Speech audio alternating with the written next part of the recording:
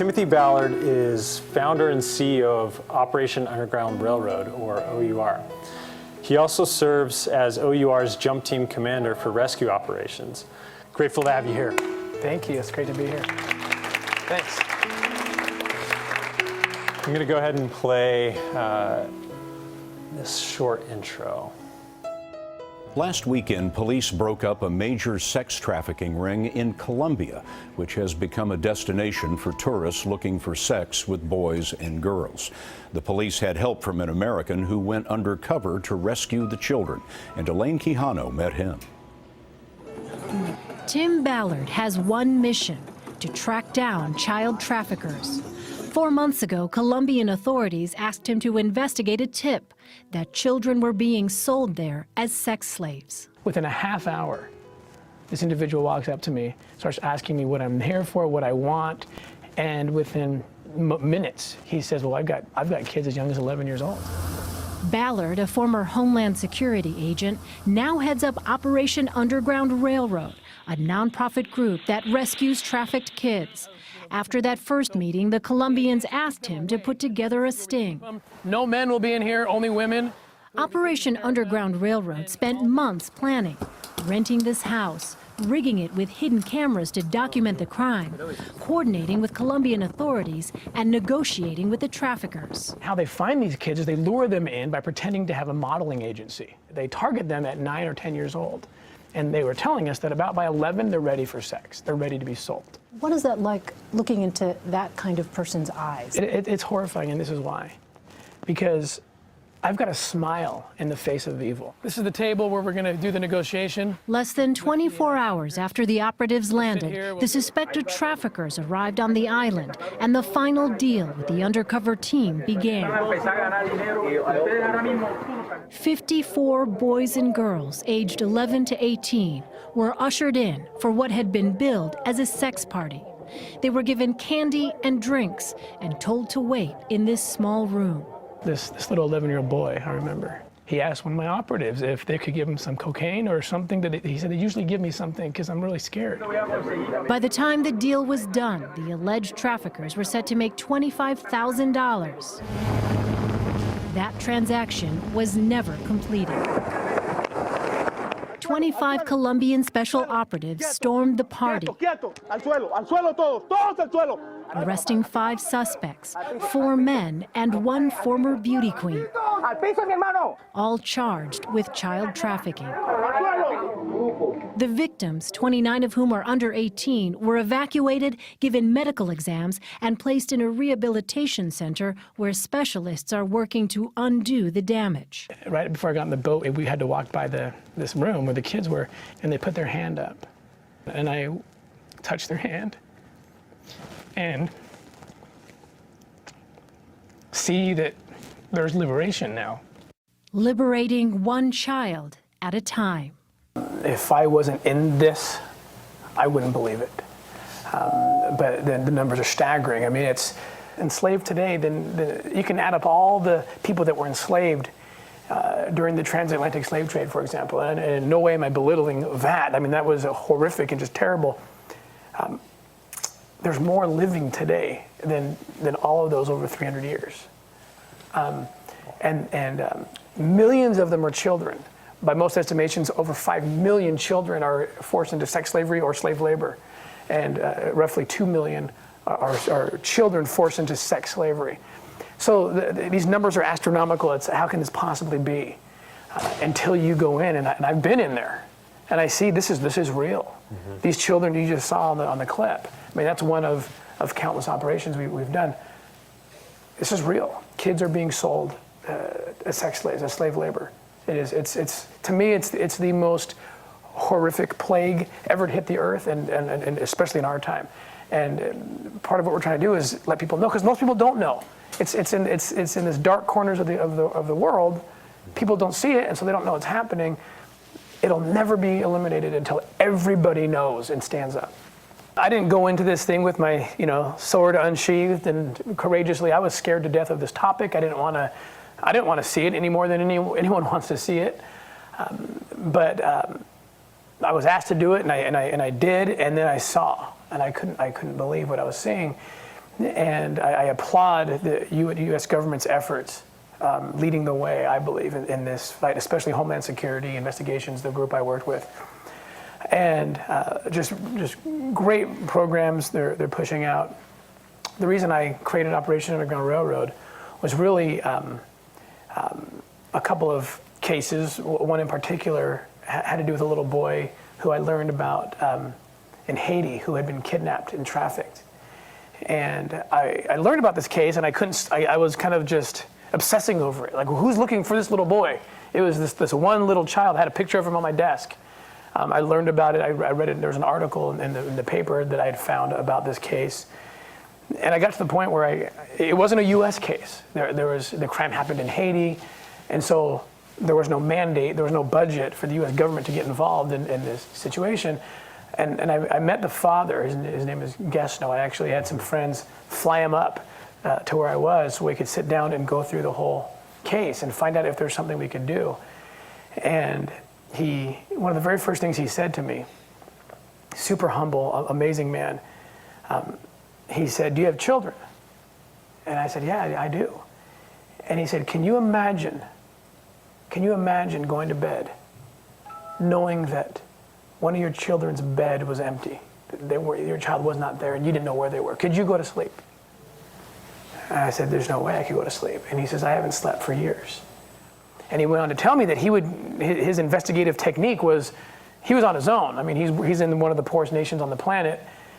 Very little resources to be doing any kind of proactive investigations into missing children or kids who have been trafficked. And he knew his child had been. So he just arbitrarily would pick a neighborhood in Port-au-Prince, Haiti, and just walk and hope he would hear his child cry. And that's what he was doing. And I was in tears, he was in tears. I said, "Gesno, there's better ways to do this." He's like, "Well, show me. I don't know what to do. All I know is I have to do something." And then I recognized, then I promised him, I said, I will do everything I can.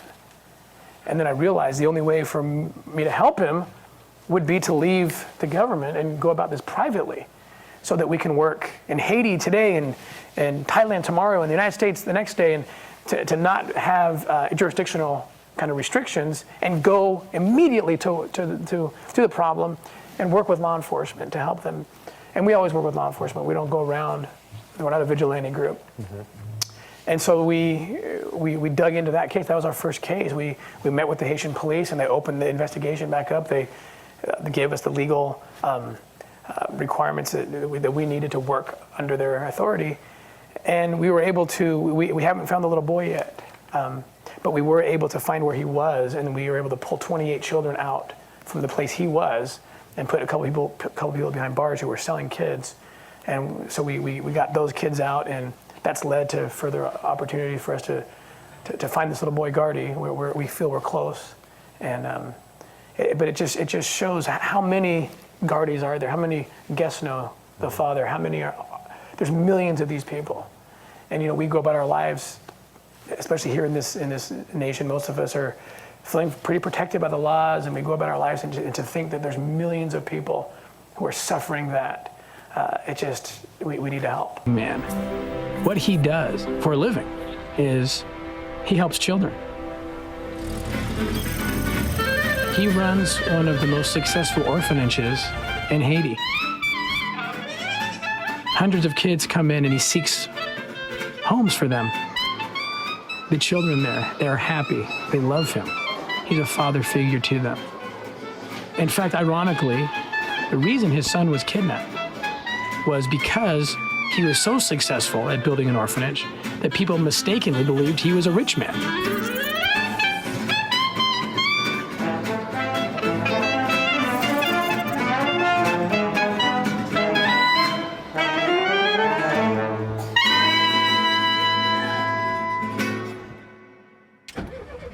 All of us are convinced involved in Haiti, they're still there.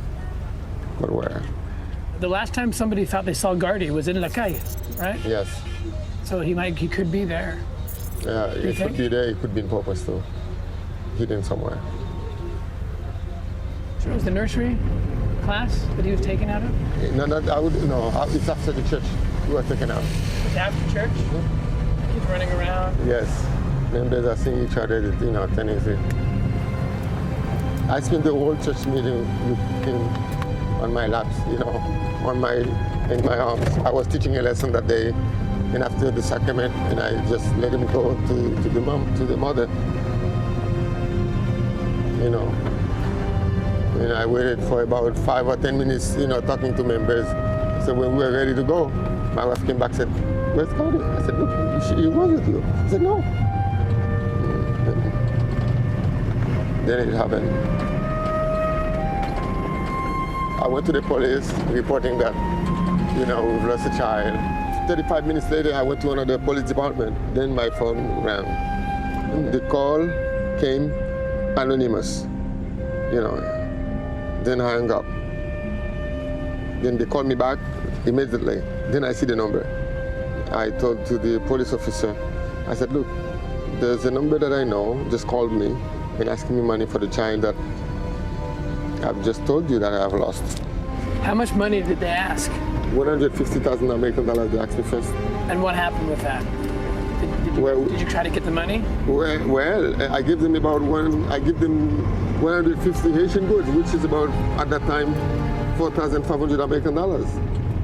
I paid as a ransom. I paid that money on 2 occasions. They never returned the child. And they didn't deliver. No.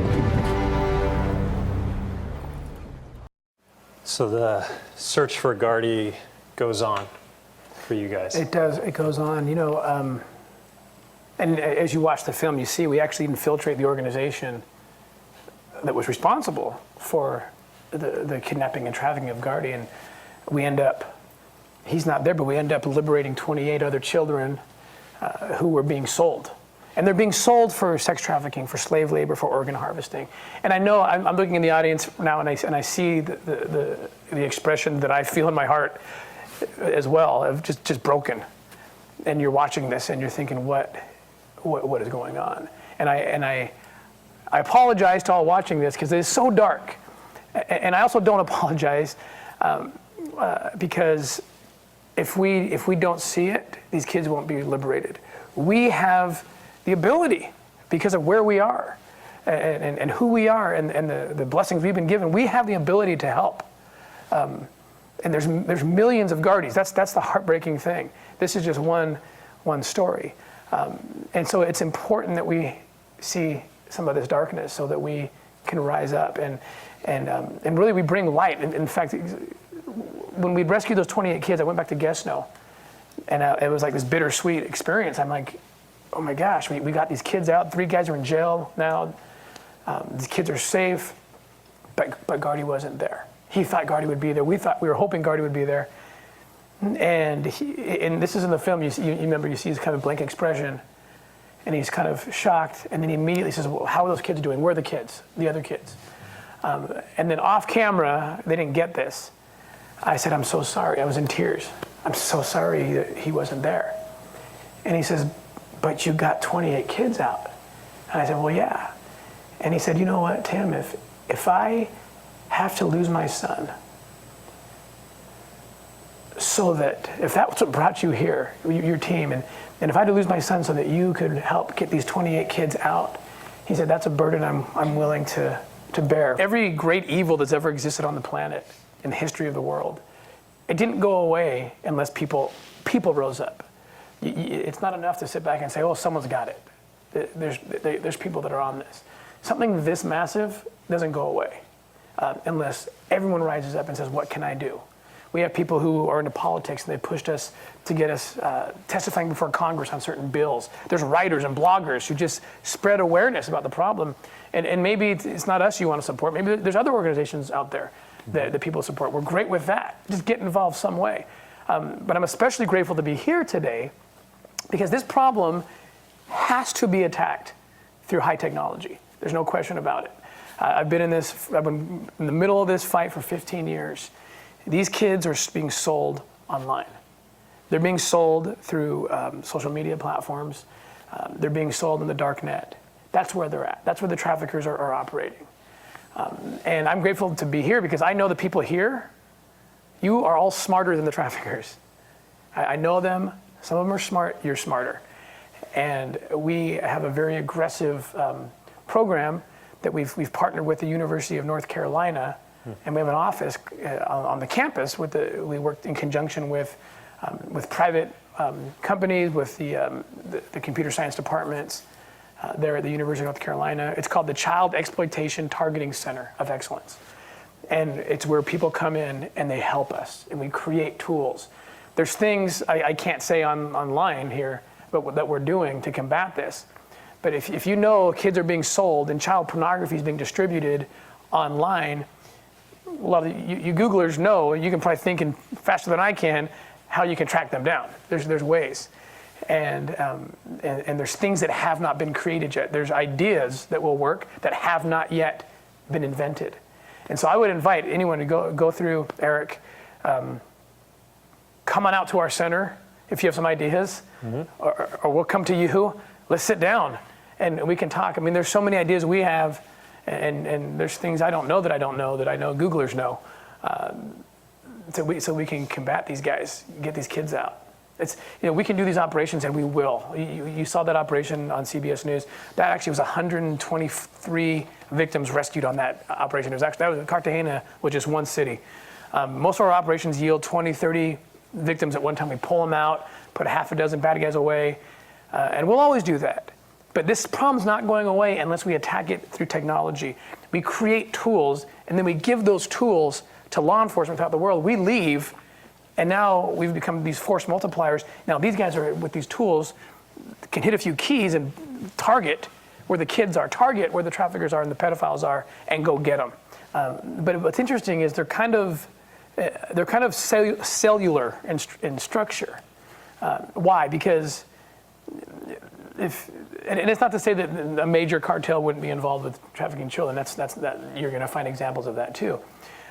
But what we have found is that selling drugs for some of these big and enormous organizations, criminal organizations, is one thing. Selling 10-year-olds is another thing. And you'll find plenty of people, even within a large cartel, who would 100% would kill to rescue a 10-year-old child, right? From being trafficked that way. So it's safer for these organizations to work in pretty small kind of cellular groups. They get too big, again, they're going to find one of their partners who's going to object. And so but they're all over the place. It's very profitable. I mean, you can sell a 10, 11-year-old girl for double or more what you would sell an adult prostitute for. And so it's very profitable. It's the fastest growing, human trafficking is the fastest growing criminal enterprise on the planet. Why? Because you can sell a kilo of heroin one time, and that's it. You can sell a child 20, 30 times a day, and that's not an exaggeration, for hundreds of dollars. You could sell that child $500 per visit from a John 20 times a day. So it's much more profitable enterprise than typical trafficking contraband. And that's why it's growing so fast. And in this kind of, I think there's more sex addiction today than maybe ever before, because it's kind of a highly pornified world, and a lot of that leads people to get, some people take that and take it to the worst degree and get into child pornography. And he saw the amount of child pornography that gets distributed just in the United States every day. You'd be shocked. We have ways to kind of track that and see that. And if there's 2 million children being forced into the commercial sex trade, you have to ask yourself, what kind of demand justifies that number?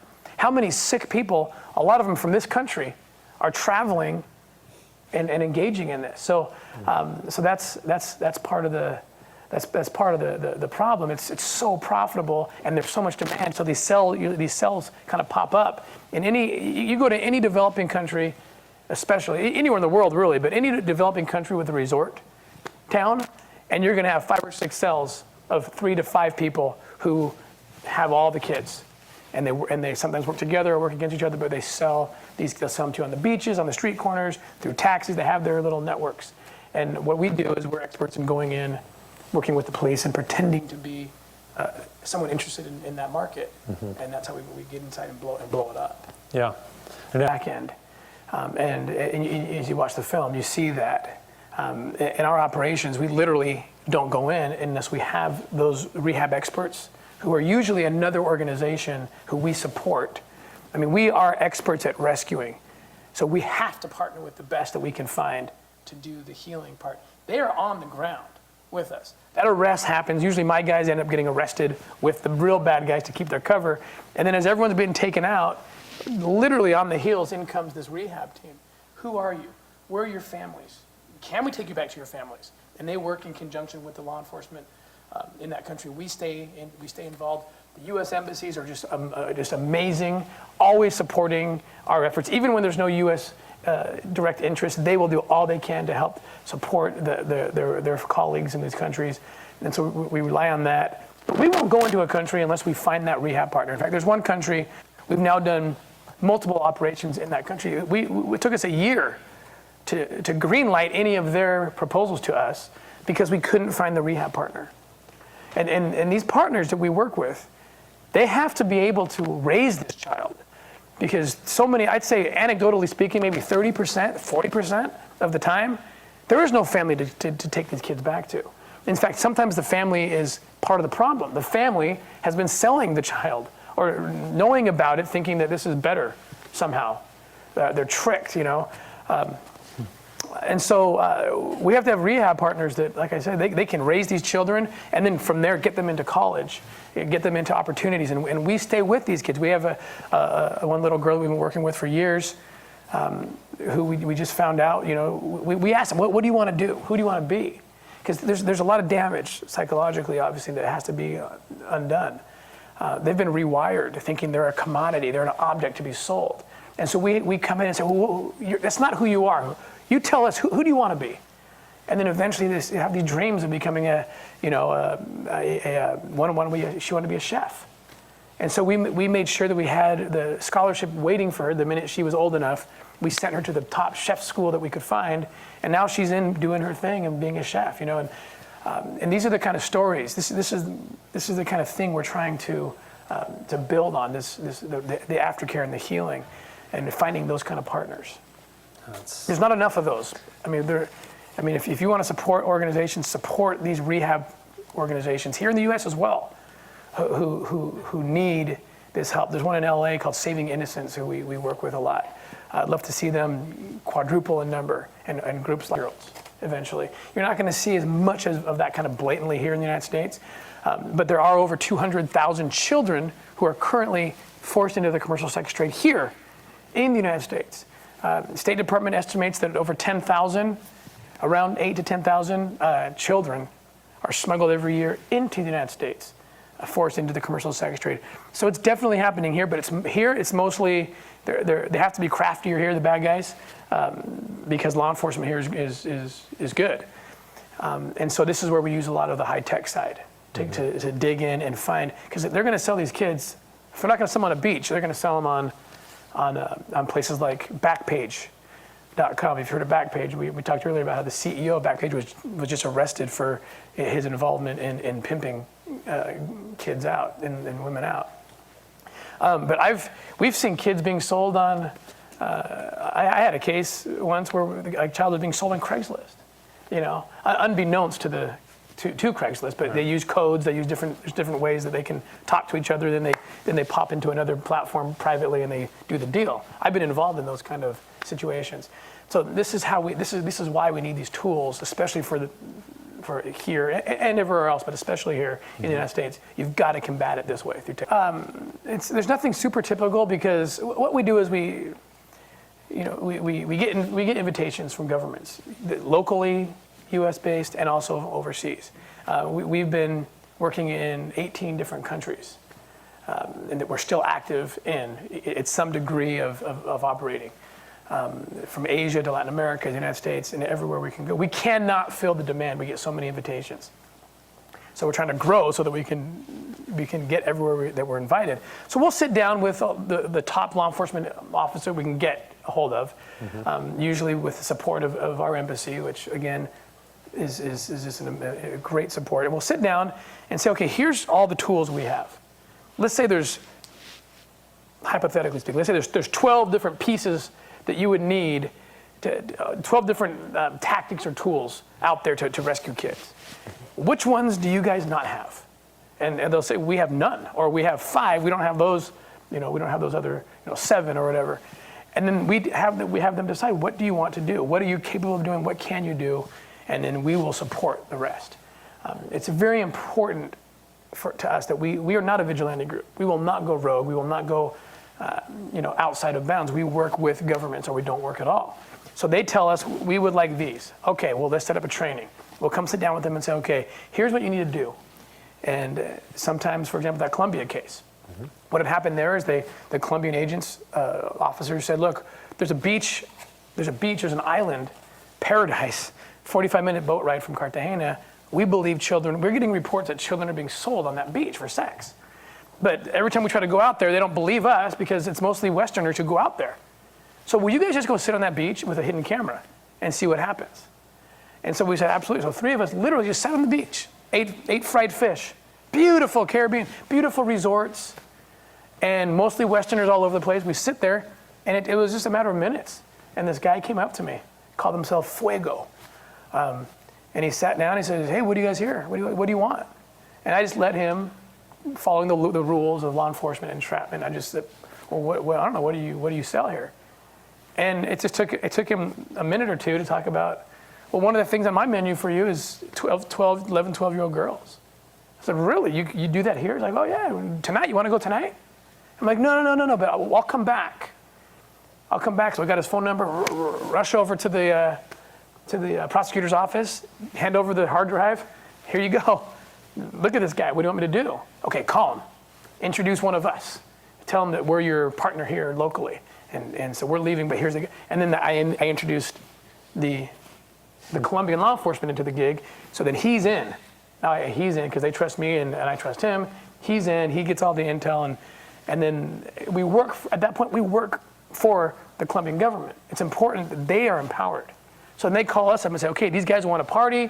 Can you bring 15 Americans down and pretend to do a bachelor party? They're going to bring these kids over. And what they had done was this guy on the beach introduced them to, usually they're vendors that will work for a commission. And so they introduce you to the real traffickers, the guys who have the kids. And in this case, as you saw on CBS News, these traffickers were pretending to be hosting a modeling school. And they actually used a real kind of semi-famous beauty pageant queen from Cartagena who would go into the houses and offer scholarships to 9-year-old girls and boys. Be like me, you can be famous and you shouldn't be poor, you can be, rich and come to my school. Wow. They bring them into the school and slowly desensitize them, slowly tell them, well, part of this is you're gonna go and this porn video you just watched, you're gonna go do that with this American man who's in the other room. And that's how they get them into it. They brought 54 of those victims, those kind of victims, into this party. And I had these 15 American former operators, former Navy SEALs, pretending to be boozing and ready for a party. Colombian cops everywhere pretending to be the cooks and the maids and so forth, all armed and ready. And so that's what you saw in the takedown. And the sad thing is I can say that openly because people ask, well, you just gave up the secret. There's no secret here. This is what these guys are doing every weekend. They could literally watch that CBS News clip and tomorrow bring the kids to another party because this is what they do every weekend. There's no secret tactic here. We're just doing what all the Johns are doing. And frankly, if they do see it and think, what if it's those OUR guys? Yeah. Let's not sell kids. Well, then good.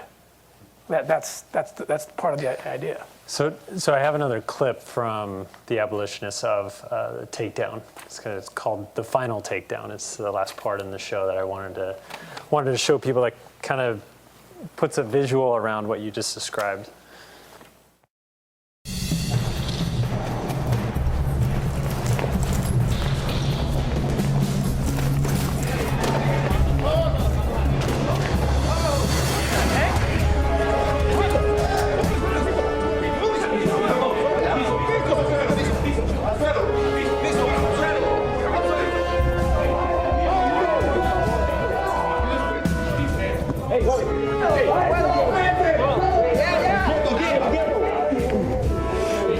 Which one of you guys went with the police? Huh? Marco? No, sir. There's nobody illegal here. ¿Qué pasa? Silencio. Esto es privado. ¿Quién es el jefe de ustedes? ¿Por qué partieron la puerta?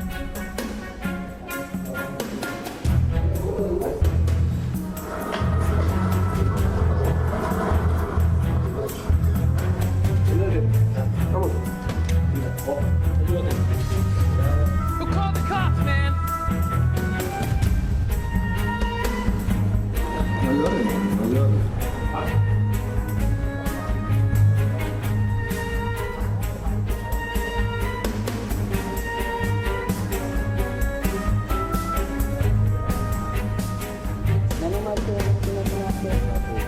Backpage was just a nightmare. I've been on that. I've worked on that.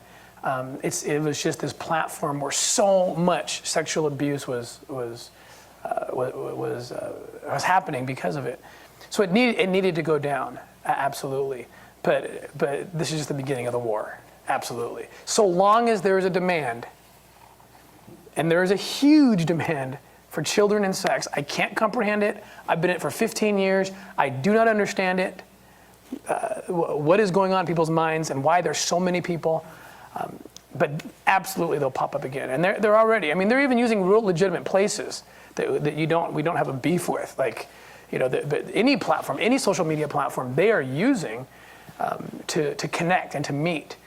And so that one was just so blatant, and they weren't even, it was just like, just open, like, yeah, that's what we do. That's kind of our theme, is selling sex, you know. But they will pop up. There's other sites like that are smaller, that are less known, and they will pop up and fill the demand. This is why, to combat it, we need to overwhelm these traffickers, and our numbers aren't big enough yet. And this is why we're here, to gain recruits, to figure out ways and tools to combat the other sites that are out there that are super hidden, but that are being used to rape children. That's what they're being used for. How is Craigslist utilized? And is there a specific example of someone who utilized Craigslist to do a deal?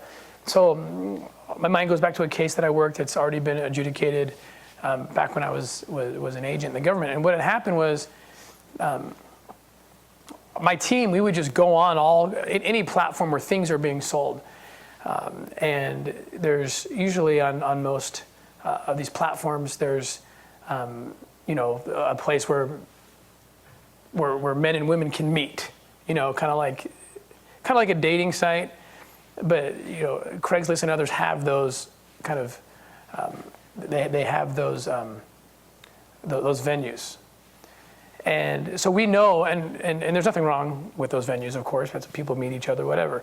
But we know that's where they go. We know through experience that pedophiles will talk to pedophiles and traffickers to pedophiles on those. But they're very careful how they do it. There's a whole language, there's symbols, there's codes that they'll use. And so we'll go in and start looking at all of them, and the ones that throw a code out there, you know, that or a symbol or a sign that we know is being used.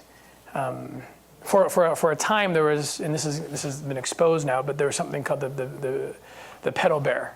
It was this little teddy bear that they used to use to sign off with, and then they would know, aha, that this guy's really selling children. He might be talking about a car, but he's selling kids. So this person was actually, he signed off with signs like that, but he would talk about a car he had. Oh, this car's 12 years old. This car has 0 kilometers on the, it's, you know, and so we'd be like, we know what this is all about. So we'd respond. And you know, often they'll talk about this car and they'll put it in the place where you would meet, where men and women would meet. Like, okay, so just stuff like that. We respond, hey, I think I know what this is really about. If you think I'm onto something here, let me know. I'm going to be down in Costa Rica, and here's my private email. And then 5 minutes later, boom, we're talking, and then we're on the phone, and then we're down in Costa Rica, and he delivers this child to us. So that's kind of how they'll get around and use this. What we need to do is create tools so it's not so manual. Most law enforcement agencies, including in the United States, don't have the manpower to sit there and go through every single ad that comes through. That's very labor intensive. But there's things we can come up with. Well, how do we target keywords and signs and symbols and things like that, so that it streamlines these leads back to law enforcement, and so they're talking together. So the Costa Rican cop gets it at the same time the American cop gets it, and they're automatically connected. This is kind of the infrastructure and what I'm talking about, and with the technology that we can build the kind of tools to kind of help streamline this and prioritize cases and make it so we can more effectively pull these kids out. So the question is, how do we deal with the potential of corrupt agencies, corrupt law enforcement, or very high-profile individuals in this fight? And it's such a good question, and it's something we have to be so careful. I've mentioned several times the support we get from our U.S. embassies, and specifically, that's one of the great services that they will render. Even when it's outside of their purview jurisdictionally. We have amazing people at Homeland Security Investigations, especially, that we've worked with, my former colleagues, amazing group of people who have a heart and care. And even if there's no U.S. mandate, they will do everything in their power. And one thing they're able to help us with is they're in country, they know who they can trust, who can be trusted. Well, who do they work with? What prosecutors and law enforcement agencies and law enforcement officers have they trusted in the past to get the work of the U.S. government done? And they're usually more than happy to introduce us and say, you guys can trust that guy, and that guy. Don't work with this one or that one or the other one. And then we get a meeting, sit down, and then that's when we lay out our tools. Guys, look what we can do for you. What do you want? Do you want the high-tech training? Do you want you want us to go undercover? You tell us what you want to do. And then to date, we haven't, that we know of, had any issues, because we always use that method and to make sure that we are getting the best. And I've been pleasantly surprised at, even in countries that you would think were the most corrupt, and they traditionally have historically, there's always people that truly, that we cry with, that we hug after the operation. They want these kids liberated, and it's just a matter of finding those people in every country, and they're there. And we take plenty of time. All the time we need to find them, and then we go in, because the last thing you need is to get involved with someone who's actually on the take and can put in danger the whole operation. In terms of the operations on the ground, no, because nobody knows. We're very good at infiltrating. If one of our faces ever shows up on the news, it's because we're using that for an awareness campaign, and they're off. And so that we have a revolving door of undercover operators. So we're always able to operate anonymously, or operate in a way that no one would know it was us. At the same time, I would also answer yes to part of your question. I mean, and we knew this going into it, as the bigger we get, and because we are trying to tell the stories, because we truly believe that unless everyone gets involved, this isn't going to go away. And so we have to put ourselves out there, and as the face of the organization, I've done everything I can to secure my household and my family, but we know we're taking a threat. Yes, we've had threats. We've had family members of the different traffickers. I mean, we've put away with, or assisted, because we don't have arrest authority, but we've assisted in the arrest and prosecution, or and some are in various stages of prosecution, of over 280 traffickers. That's a lot of people. It's a lot of people who are in jail for a long time. That's a lot of money that we took away. Dirty money. And so, yeah, we get threats. Well, we're gonna, come get you, or we're gonna, and we do everything we can to mitigate that. But it's just a risk that we all decided before we got into this that we're willing to make. Very few of us have to really come out and show our faces. I'm one of them.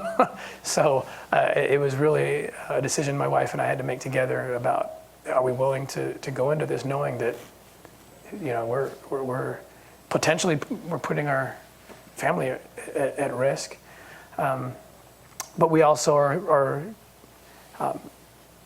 are confident in our relationships with very powerful law enforcement agencies in the U.S. and outside who work with us, who we believe, because of what we're doing, would, back us and help us and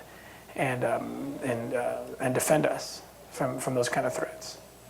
I can't thank you guys enough for allowing us to come to this venue. I want to repeat what I said before. As smart as the traffickers are, you guys are smarter, and we want your help, especially on the tech side. So they have a way to get a hold of you, I'm sure. Yeah, actually, and I'd love nothing when I was more. closing down the video, I already have 3 or 4 Googlers reach out and said, hey, I want to help. I'd love nothing more than, and we'll come to you. I mean, bring my tech guys. I got some awesome tech guys as well, who are already been dreaming of different things we can do. And there's so many things that are we're almost there. We just need a couple more pieces that you guys could fill. I know you could. It's just a matter of sitting down and can you help us with these last 3 pieces? And look what we have, this amazing new tool. And offline, I can tell you what some of these things are that are just, they're mind-blowing in this fight, and they need to be created. So let's sit down, guys. We're so excited to work with you. Thanks. Well, thank you. Thanks, Tim.